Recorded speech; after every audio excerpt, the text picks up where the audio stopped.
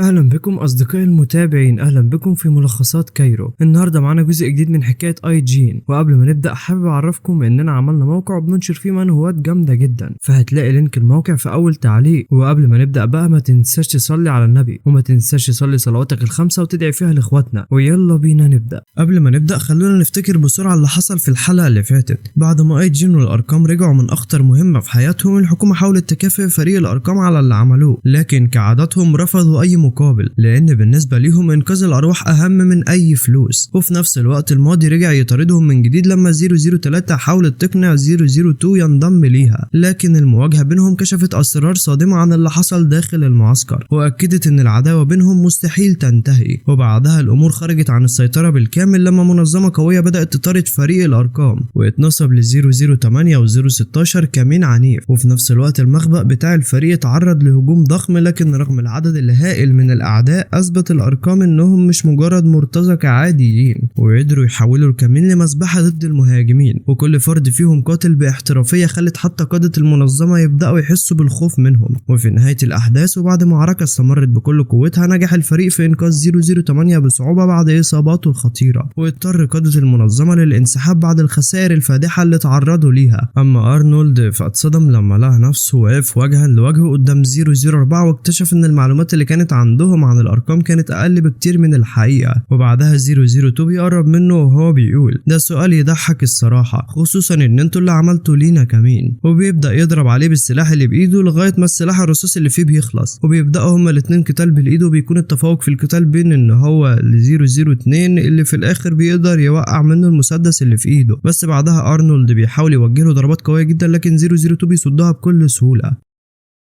فارنولد بيقول له مستحيل تغلبني في المواجهه المباشره، ف002 بيوجه له لكمه اسطوريه، فارنولد هو كمان بيديله لكمه، ولكن 002 بيصدها وهو بيتحرك من مكانه. فارنولد بيضحك وبيقول له انت فاكر ان شويه الخبطات دول كفايه علشان توقعني؟ ف002 بيقول له ايدي مش هي السلاح اللي هنا يا صاحبي، وبيكون معاه سكينه في ايده. ساعتها بيتصدم ارنولد وبيفكر وبيقول لنفسه ايه ده، هو عمل كده امتى؟ ولكن ارنولد هو كمان بيخرج سكينه ضخمه وبيقول له السكينه الفرفوره دي مش هتنفعك هنا في حاجه. وبيكون القتال بينهم اسطوري، بس 002 بيقدر ان هو يقطع ارنولد بالسكينه اللي معاه. ولما بيجي اصدقاء ارنولد بيفضلوا يضربوا على 002 لغايه ما ارنولد بيهرب منهم. بس 004 بيكلمه في السماعه وبيقول له معاك 004، انا رجعت اتقابلت مع زمايلنا خلاص، بس العدو فلت مننا ومش لاقيينه. وعند الجنرال اللي بيكون قاعد والنائب بتاعه بيقول له شكلهم كده فشلوا في المهمه. فالجنرال بيقول له فشلوا؟ فالنائب بيقول له ايوه يا فندم، ومش بس كده، ده الثلاث فرق كلهم اتفرموا ووقع منهم ناس كتير. فرقه ارنولد نفسها اتمسحت بالكامل ومفيش حد نجح غيره هو بس. اما بالنسبه لفرقه سكوالو وبولت فدول خسروا على الاقل 80% من قوتهم. بيتعصب ساعتها الجنرال وبيقول لي ايه معنى الكلام ده؟ هو ده حصل ازاي اصلا؟ هو في ايه؟ هو في جيش كامل دخل في الموضوع ولا ايه؟ فالنائب بيقول له لا يا فندم، التقارير بتقول انهم اشتبكوا الوش لوش مع الاهداف، والتقديرات بتقول ان فرقه العدو كانت عباره عن 5 أو 6 بالكتير. فالجنرال بيقول له انت بتهزر معايا بجد؟ يعني خسروا كل الرجاله دي علشان شويه اعداء قليلين؟ فالنائب بيقول له انا كمان مش قادر اصدق يا فندم، بس للاسف هي دي الحقيقه. وعند بطلنا اللي بيكون بيتمرن وفجاه تليفونه بيرن، ولما بيرد الشخص بيقول له ده انا 006. فاي جين بيقول له في حاجه ولا ايه؟ ف006 بيقول له جالي تواصل من 018 من شويه كده، وشكلهم اتسحلوا والاعداء هجموا على المكان اللي مستخبيين فيه. فاي جين بيقول له في حد ضاع مننا؟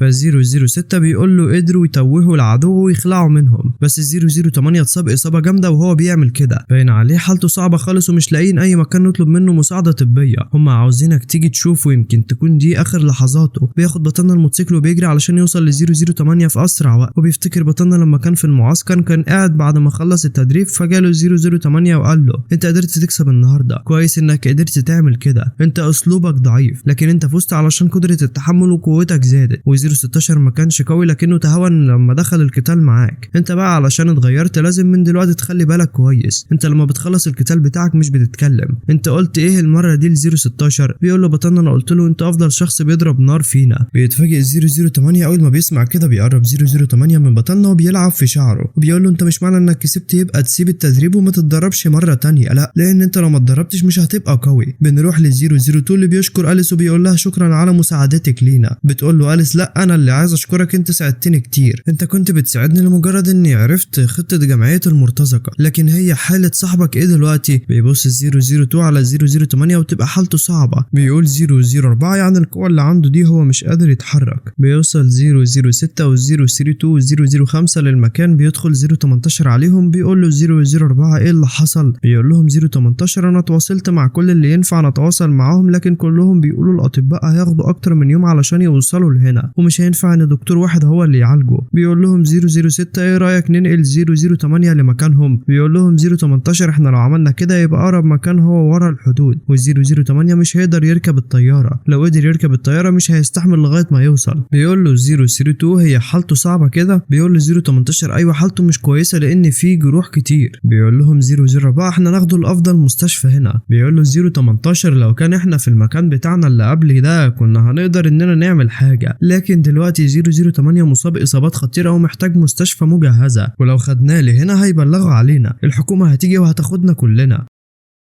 بيتعصب 004 بيقول له انت فاكر اني معرفش حاجه زي دي؟ انت هتسيبه يموت يعني؟ الحكومه هتفضل تطاردنا لو حصل اي حاجه، احنا نودي 004 للمستشفى ومش مهم اي حاجه. بتبقى أليس و 002 واقفين وسامعين كل حاجه، وبتقول ل 002 انا عارفه انه عايز ينقذ صاحبه لكن هتبقوا في مشكله، لكنها بتتفاجئ ان 002 هيعمل كده، وبيبص 002 على الارقام بيلاقيهم كلهم بيبصوا عليه مستنيين كلمته. بتفكر أليس وبتقول هو فعلا هيعمل كده، لكن فجاه تليفون 002 بيرن بيلاقي حد بيقول له الفريق الطبي هيوصل في اقرب وقت. بيقول له 002 001 انت اللي هتبعتهم؟ بيقول له بطلنا لما يوصلوا ما تهاجمهمش. بيقول له 002 هيوصل الفريق الطبي. اول ما الارقام بيسمعوا كده بيتفاجئوا. بيقول له بطلنا فريق طبي هيوصل عندك مجهز بكل حاجه، عايزك تكتب لي حاله 008 وتبعتها لي. بيقول له 002 انا هخلي 018 يبعتها لك. بيقول له بطلنا انا مش عارف 008 هيبقى كويس ولا لا، لكن احنا بنعمل اللي علينا، انا هركب الطياره وجاي. بتقول 005 ل 002 هو 001 هيبعت فريق طبي. بيقول لها 002 ايوه. بيفرح 004 اول ما بيسمع كده، وبنروح لبطلنا اللي بيبقى بيتكلم مع شخصه وبيقول له انا بعت لك كل حاجه تخص 008. بيقول له الشخص ده انا هبعتها للفريق الطبي وكل ده هيبقى في السر محدش هيعرفه. لما انت اتصلت بيا عرفت ان الاتصال ده منك ومش من اس دبليو، علشان كده قلت اساعدك، وانا عارف انك مش هتتصل غير علشان علاج صاحبك، علشان كده انا بعت فريق طبي مخصص معاهم كل المعدات، مش موهوبين بس لا ده كمان بيحافظوا على السريه. بيقول له بطلنا شكرا ليك. بيقول له لا انت اللي انقذت حياتي. بيوصل الفريق الطبي للمكان وبيبقوا جهزوا كل حاجه وبداوا في عمليه 008. بيبقوا الارقام واقفين بعيد، وبيقول 016 انا حاسس ان دي غرفه عمليات في مستشفى كبيره. بيقول 018 علشان يجي فريق طبي بالشكل ده يبقى عيله بيلي عيله كبيره، هو 001 هيعرفوا منين؟ بيقول له 004 هو مين مهتم، هو خنا ودلوقتي عمل حاجه كويسه. بيقول له 032 هو مع الاطباء دول 008 هيقدر يعيش. بيبصوا كلهم ومحدش فيهم بيتكلم. بيفتكر 002 لما الدكتور قال له حاله 008 صعبه لكن احنا هنعمل كل اللي هنقدر عليه. بيجي تاني يوم بتبقى أليس واقفه مع 004، فجاه بيلاقوا عربيه وصلت للمكان بينزل منها بطلنا. اول ما أليس بتشوفه بترفع عليه المسدس بتتفاجئ انه بطلنا. بتقول له انت بتعمل ايه هنا؟ بيخرج 006 و 032 بيقول له 006 انت وصلت. بتتفاجئ أليس اول ما بتسمع كده، بتقول لهم انتوا تعرفوه؟ بيقول لهم بطلنا 008 عامل ايه؟ بيقول له 018 هو في غرفة العمليات بقاله كتير. بيتفاجئ بطلنا اول ما بيسمع كده، بيقول له 018 ما تقلقش 008 هيبقى كويس، انت بعت له العلاج المناسب علشان يتعالج، لو ما كنتش عملت كده كنا رحنا بيه اي مستشفى، لكن مع السفر وفترة العلاج ما كناش متأكدين هل هيتعالج ولا لا. بيقول بطلنا ل 002 انا اسف ان اتصلت بيك فجأة. بتقول له أليس هو انت بقى 001؟ بتفكر وبتقول فورست بتدرس فريق الارقام من فترة وسبب انهم يعملوا كده في المعسكر هو الارقام وقائدهم 001، يعني الولد ده اللي هو حارس شخصي يبقى هو قائدهم، لكن في قدراته القتالية فهو في منافسة مع العملاء بتوعنا. بتفتكر لما بطلنا قال لها انت عندك عيلة، وبعدها 018 وباقي الارقام انقذوا اخوها، وبتفتكر كل لحظة بطلنا كان بيساعدها فيها. بنرجع للوقت الحاضر وبتضحك أليس وبتقول له انت 001 كل حاجة بقت واضحة دلوقتي، انت شاب زيك عنده القوة دي كلها، انا فهمت ليه 002 انت ليه بتساعدتني، انا بصراحة مش فاهمة حاجة لغاية دلوقتي، كل ده بسببك انت يا اي جين. بتروح وبتسلم على بطلنا وبتقول له دلوقتي هقدر اني اشكرك. بيقول لها بطلنا مفيش داعي لكل ده، انت كمان ساعدتينا. بنروح للجنرال اللي بيبقى المساعد، بيقول له في العمليه دي احنا بعتنا 60 جندي بما فيهم القاده، ووقع منهم 35 جندي و9 مصابين، مفيش خسائر للعدو. بيقول لهم الجنرال يعني احنا عملنا لهم كمين والخسائر دي كلها من عندنا، مع كده انتوا الثلاثه كنتوا القاده، هو ايه اللي حصل؟ لكن بيبقوا كلهم قاعدين محدش عارف يقول ايه. بيقول لهم الجنرال ايه محدش هيرد عليا؟ بيقول ارنولد انت مش هتفهم اللي احنا هنقوله الا لما تدخل في القتال معاهم، دول عاملين زي الاشباح، مع ان انا كنت في قتال مباشر معاه لكن انا ما قدرتش اشوفه كويس. بيقول له الجنرال انت بتقول انا مش فاهم حاجه. بيقول له ابو شعر ابيض ايوه ارنولد عنده حق، في القتال كانوا الجنود بتوعنا بيخطفوا واحد ورا التاني وبيقدروا انهم يخلصوا عليهم في لحظه. بيقول له القائد احنا دخلنا نفسنا مع عدو هو اللي هيخلص علينا. بيقول لهم الجنرال اتواصلوا مع قائد الفريق التاني. بنروح للارقام والاطباء بعد ما بيخلصوا بياخدوا العربيات وبيمشوا من المكان. بيقول لهم 016 هما بيخلصوا وبيمشوا كده على طول من غير حتى ما نعرف ايه اللي حصل ل 008. بيقول له 016 ده مش مهم لان عمليه زي دي غير قانونيه هتعمل لهم مشكله. بيقول له 016 لكن احنا اخدنا منهم المساعده وهم سابوا المعدات بتاعتهم علشان نستخدمها. بيبقى بطلنا واقف جنب 008 وكل واحد فيهم بيعمل حاجه. بتقول لهم أليس انتوا بتعملوا ايه؟ بيقول لها 002 هنهجم على معسكر العدو. بتتفاجئ أليس اول ما بتسمع كده. بيقول لها 018 امشي، انت لو فضلت هنا هتشاركي معانا. بيقول 002 لبطلنا خليك هنا. بيتفاجئ بطلنا اول ما بيسمع كده وبيبص له 002 بيقول له القتال ده مش بتاعك ما دام انت سبت العالم ده. بيتفاجئ بطلنا اول ما بيسمع كده. بيقول له 018 لما 008 يفوق لازم يبقى في شخص معاه. بيقول له 006 يعني الراجل الضخم ده لما يفوق في غرفه زي دي مفيش فيها حد، وبيكون اي جين واقف قدام 008 وبيفتكر الماضي لما كان قاعد مع 008 وبيقول له انت دلوقتي بقيت رسمي 001. فاي جين بيقول له ايه اللي حصل؟ ف008 بيقول له حاسس بحاجه غريبه علشان خدت لقب 001. فاي جين بيقول له ايوه ومعنى ان 001 يعني انا اللي لازم ادي الاوامر هنا. ف008 بيقول له انا فاهم ليه انت قلقان، مش سهل ابدا انك تكون شله عملاء ما بيسمعوش الكلام ده، انا حتى كنت هقلق اكتر لو ما كنتش شايل هم المسؤوليه دي. فاي جين بيقول له الموضوع مش كده، الفكره ان في عملاء تانية كتير انسب بكتير انهم يبقوا قاده، عندك 005 و002 حتى انت كمان يا 008. بجد مش فاهم مات دوجي بيفكر في ايه بالظبط. ف008 بيقول له مات دوجي ما كانش لوحده وهو بياخد القرار ده،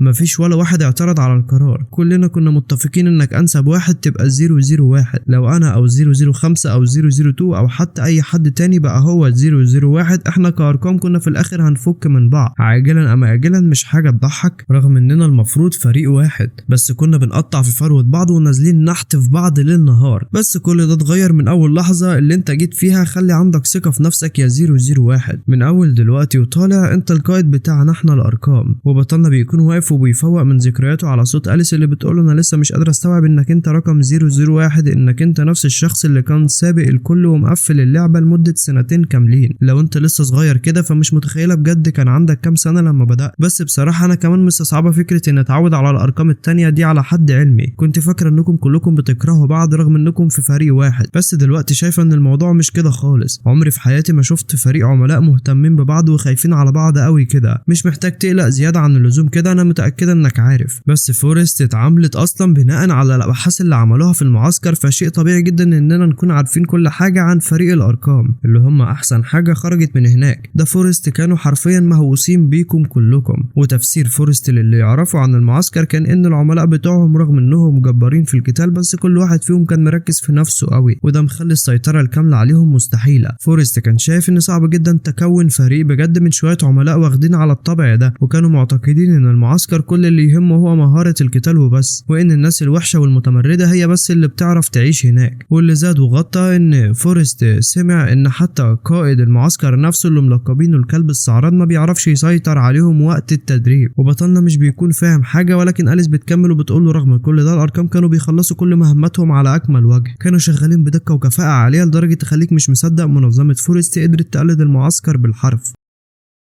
بس في الاخر ما عرفوش يعملوا فريق حقيقي، قدروا يدربوا العملاء بتوعهم علشان يوصلوا لمستوى قريب في القتال من الارقام، بس ما فيش ولا واحد فيهم عارف يشتغل مع التاني كفريق. قعدوا يبحثوا كتير علشان يعرفوا ايه اللي مخلي الارقام مختلفين عننا، والنتيجه اللي وصلوا لها في الاخر ان الارقام كان عندهم 001. الفرق كله كان في القائد بتاعهم. استوعبوا ان 001 هو السبب ان الارقام فضلوا متماسكين كده، وبعد ما عرفوا الحقيقه دي منظمه فورست حاولوا يعملوا عميل زيه بس فشلوا في كل مره. لو اعتمدوا على القوه بس كان باقي الاعضاء هيغلبوهم، ولو اعتمدوا على القيادة لوحدها الباقيين كانوا هيسيطروا عليهم. وفي الاخر جماعة فورست فقدوا الامل انهم يعملوا ال001 الخاص بيهم، واللي خلاهم يتأكدوا من القرار ده انهم افتكروا ان السيطرة على الارقام بقت مستحيلة بعد ما 001 اختفى. علشان كده غيروا خطتهم وركزوا على تشغيل قتلة مأجورين بيشتغلوا لحسابهم لوحدهم، وبيفضلوا هما الاتنين ساكتين شوية لغاية ما اي جين بيتكلم وبيقول مش انا اللي كنت قائد الارقام، دي الارقام هي اللي ساعدتني. فاليس بتقول له هو الموضوع كده دلوقتي، بس قدرت افهم ليه فورست ما كانوش عارفين يعملوا ال001 بتاعهم. وبنرجع مرة تانية للجنرال اللي بيكون قاعد وقدامه سكوال وبولت وارنولد، وساعتها سكوال بيتكلم وبيقول المفروض هنعرف نعمل كده لو طلبنا فرقة تانية معانا صح؟ فبولت بيقول له هم ممكن يكونوا بيوزعوا صعب نمسكهم، بس ده مش معناه انهم ما يتغلبوش خالص. احنا دلوقتي عرفنا حجم مهارة اعدائنا، وكل اللي محتاجينه اننا نتكاتف ونبقى ايد واحدة علشان نوقعهم. فسكوال بيقول له يا ارنولد انت متأكد انك قد الموضوع ده انت مش بس خسرت فريقك، لا ده انت كمان مصاب واصاباتك جامدة قوي. فارنولد بيقول له عادي انا موافق اروح حتى لو هروح لوحدي، مش ههدى ولا هيرتاح لي بال غير لما اخلص على ولاد الكلب دول. فسكوال بيقول له الارقام دي ملعونة، انا متأكد اننا هنقدر في الاخر نخلص عليهم، بس هل احنا مستعدين نخسر رجالة اكتر من كده في النص؟ لو زادت خسائرنا اكتر من كده الناس هتبدأ تبص للجمعية بنظرة مش كويسة. فالجنرال بيقول لهم انتوا لو 3 خسرتوا المعركة قدامهم قبل كده مرة فقولوا لي بقى هيكون عيب بجد لو خسرتوا تاني، طالما ده معناه اننا هنخلص من العدو ده في الاخر.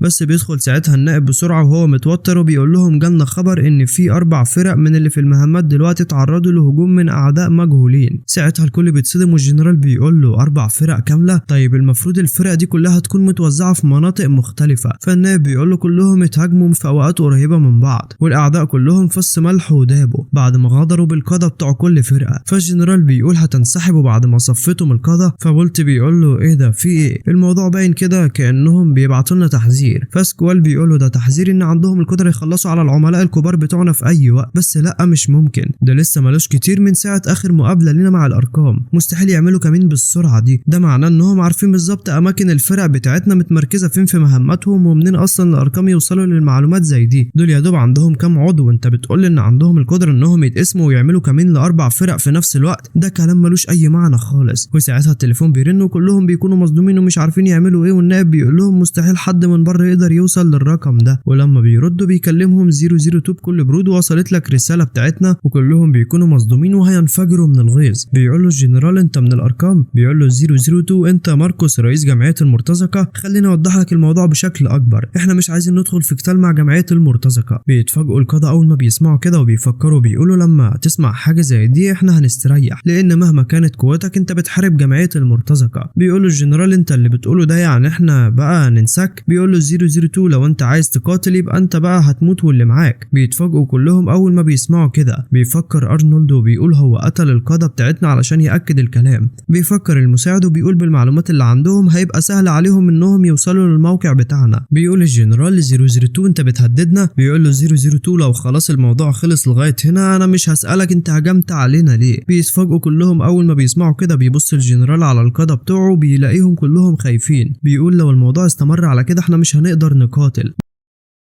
بيقول له الجنرال احنا هنتراجع. وبيتعصب الجنرال وبيضرب الكرسي وبيقول 002 للارقام وقفوا الهجوم. بيقول له 032 ماشي. تاني يوم بيفوق 008 وبيروح الارقام يطمنوا عليه. بيروح 004 وبيقول له انت فايق، لكن بيبقى 008 مش شايف كويس وبيقول له هو انا في الجحيم؟ بيتعصب 004 وبيضحكوا الارقام. بيقول له 008 اللي بطلنا انت ايه اللي جابك هنا؟ بيقول له 018 جه هنا بعد ما سمع اللي حصل لك. بيقول له 008 انا تعبتكم معايا. بتقول له 005 انت حاسس بايه؟ بيقول لهم 008 لما حسيت اني هموت كنت قلقان علشان مين اللي هيطبخ لكم. بيقول له 004 انت بتقول ايه؟ بيقول له 008 انت عارف ان صنع الفراخ صعب، لو حصل لي حاجه مين هيعمله لك؟ بيقول له 004 لا انت هتفضل عايش. بتبقى أليس واقفه وشايفاهم بتفتكر لما كانت في فورست وفي قائدهم بيقول لهم انا عايزكم تبقوا زي الارقام علشان اهم حاجه هي القدره على القتال، والمتدربين في القتال بيقتلوا بعض، ومش عايزك تبقى فاكر ان الارقام مش هيبقوا اعدائك في يوم من الايام. بنرجع للوقت الحاضر. بتبقى أليس واقفه مع الارقام. بيقول له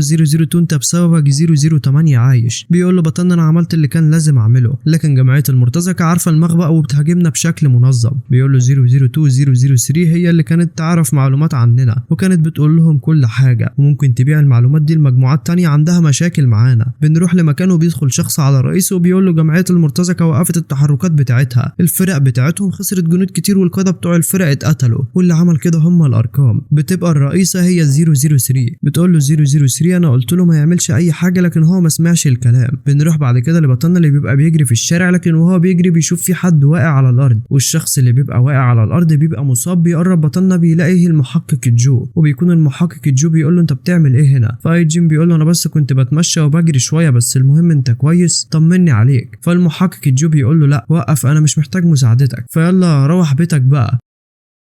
فاي جين بيقول له ده جرح سكينه، خليك دايس عليها جامد وما تشيلش ايدك انا هطلب الاسعاف دلوقتي. فالمحقق جو بيقول له خلاص حصل خير فكك مني وامشي من هنا دلوقتي، مش عايزك تتحط في المشاكل دي انت كمان. بس هما بيسمعوا صوت خطوات وحد بيقرب، وبيكون في 2 ملثمين بيقربوا وهما بيقولوا انا كنت فاكر واحد من زمايل الضابط اللي معاه، بس الظاهر لا هو مين الواد ده. فالمحقق جو بيقول له يا عم انجز اجري، بس بطلنا مش بيهتم وبيتكلم مع الاسعاف وهو بيقول ايوه الو في حد اتطعن هنا وشكله كده اعضائه كمان اتصابت وبينزف جامد قوي. ايوه احنا دلوقتي. فالمجرم بيقول له هو الواد ده فاكر نفسه بيعمل ايه؟ سيب الزفت التليفون ده وغور الواد ده من وشي كمان. وهما الاتنين بيخرجوا السكاكين وبيهجموا على بطلنا، لكن على مين ده؟ بطلنا التنين. بيتفادى كل ضرباتهم من غير فيتامين، وبيدي كل واحد فيهم احلى قلمين وبيفضل يضرب فيهم وبيتفادى ضرباتهم لغايه ما هما بيبعدوا ومش بيكونوا قادرين. وكل ده وسط صدمه المحقق جو اللي بعدها بيفكر وبيقول لنفسه ما كنتش مصدق ان كل طاقم الحراسه اللي في مكتب عضو الكونجرس اتصفوا وساعتها المجرمين بيهربوا. فاي جين بيقول له انت متاكد انك ضغط على الجرح بتاعك كويس؟ وبطلنا بيكون واقف والدكتور بيقول لابن المحقق جو الحمد لله العمليه نجحت، بس هو هيقعد شويه على بال ما يفوق. وبطلنا لما بيطمن بيخرج من المستشفى بيتفاجئ ان دوسك وهيونج واقفين بره. فاي جين بيقول له انت مش داخل جوه ليه؟ فدوسك بيقول له لو حد شافنا الموضوع ده هيطلع شكل المحقق وحش قوي، المهم قول لي هو عامل ايه دلوقتي؟ فاي جين بيقول له العمليه عدت على خير وهيقوم بالسلامه ان شاء الله. فدوسك بيقول له الحمد لله جت سليمه. وهيونج بيقول له بجد والله لولا اي جين كان الظابط راح في داهيه. فاي جين بيقول له بس انت عرفت ازاي انك تيجي هنا؟ فدوسك بيقول له كان في حاجه المحقق عايزنا ندور وراها، والفتره اللي فاتت دي في عصابات جايه من بره وعماله تنكش وتلف حوالينا قبل ما يستقروا هنا. هو كان عايزنا نجمع شويه معلومات عن الناس دي، وانا فعلا سمعت شويه كلام واشاعات ماشيه في البلد، بس الواضح كده ان بتوع بره دول عاملين قلق حتى للعصابات اللي موجوده هنا اصلا. وهيونج بيقول له المشكله ان جزء كبير منهم هنا غير قانوني وبيعملوا مشاكل ومفيش طريقه بجد نقدر نوصل بيها لاي معلومه اكيده عنهم. وبعدين هم بيدعوا انهم بس بيتعرفوا على المنطقه، لكن في الحقيقه هم بيلفوا ويهربوا مخدرات وبيعملوا قلق في كل حته. ده في منظمات هنا حالها واقف بتعاني بسببهم. فاي جين بيقول له انا شاكك ان المجرمين ليهم علاقه بالموضوع ده، لما جيت اتخانق معاهم ما ترددوش لحظه انهم يستخدموا مطوه. فدوسك بيقول له واو بجد؟ المهم الناس دول معروف عنهم انهم بيتمادوا لاخر نفس وما بيسموش على حد. المحقق ده كان ممكن يقع في ورطه كبيره قوي، كويس انك جيت في الوقت المناسب. قبل ما نختم الحلقه شفنا ازاي فريق الارقام قدر يجبر جمعيه المرتزقه على التراجع لاول مره بعد التهديد المباشر اللي وصل له من 002، وبعدها اخيرا 008 فاق من العمليه وسط فرحه كل اعضاء الفريق، بينما أليس بدات تستوعب السر الحقيقي اللي خلى فريق الارقام يبقى اقوى فريق خرج من المعسكر. لكن في اللحظات الاخيره الاحداث خدت منعطف جديد تماما لما اي جين لقى المحقق جو مصاب بطعنه خطيره وقدر ينقذه بعد مواجهه سريعه مع المهاجمين، وفي نفس الوقت عرف ان في عصابات غامضه بدات تدخل البلد وبتتحرك في الخفاء. لكن السؤال دلوقتي من العصابات الجديده دي، وهل ليها علاقه بالمنظمات اللي واجهها اي جين قبل كده، ولا في عدو اخطر لسه داخل اللعبه؟ وهل اصابه المحقق جو كانت مجرد صدفه، ولا كان بيحقق في السر خطير هيقلب الاحداث كلها؟ كل ده واكتر هنعرفه في الحلقه اللي جايه، فما تنسوش تعملوا لايك وتشتركوا في القناه ونشوفكم على خير.